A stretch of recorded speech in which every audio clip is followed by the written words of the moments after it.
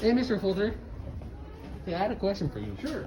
So there's people online saying that so you know dinosaurs, right? I do.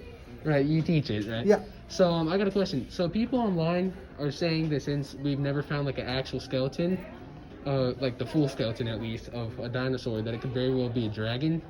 What's your thoughts on that?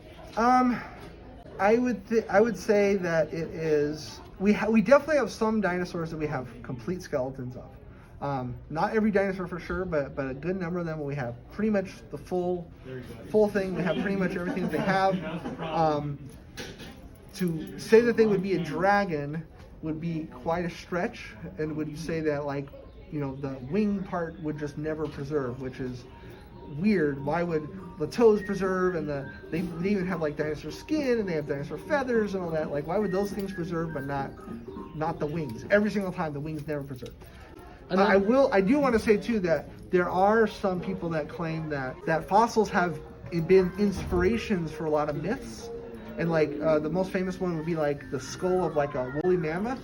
Like if you look at it, or a mastodon, it has like this hole in the middle where the trunk comes out. But if you look at it, it kind of looks like a human skull with a big hole in the middle. And that's where like some people think the idea of a cyclops came from, was these skulls that were around that were from like the woolly mammoth. So it could be that fossils inspired some of these legends, but to say that they actually were a dragon is a stretch.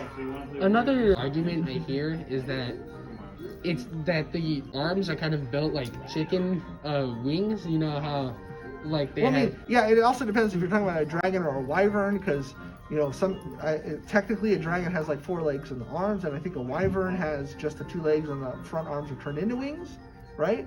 If I remember, it might be the other way around.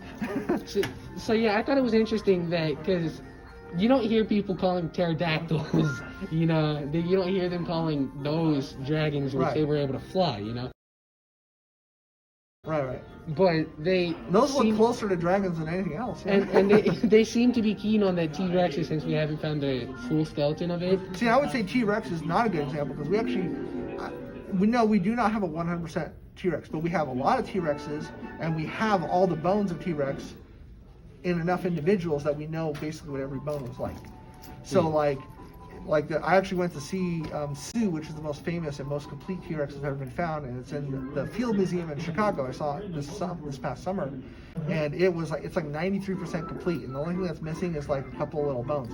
And I also keep in mind that when things are missing, like if your left leg is missing and you have the right leg, well, they're the same, right? They're mirror images. So like you don't need to have the left leg to know if you have the right leg. You know what I mean? Yeah. So like we have enough of T-Rex, for example, that we know for sure that it wouldn't have wings.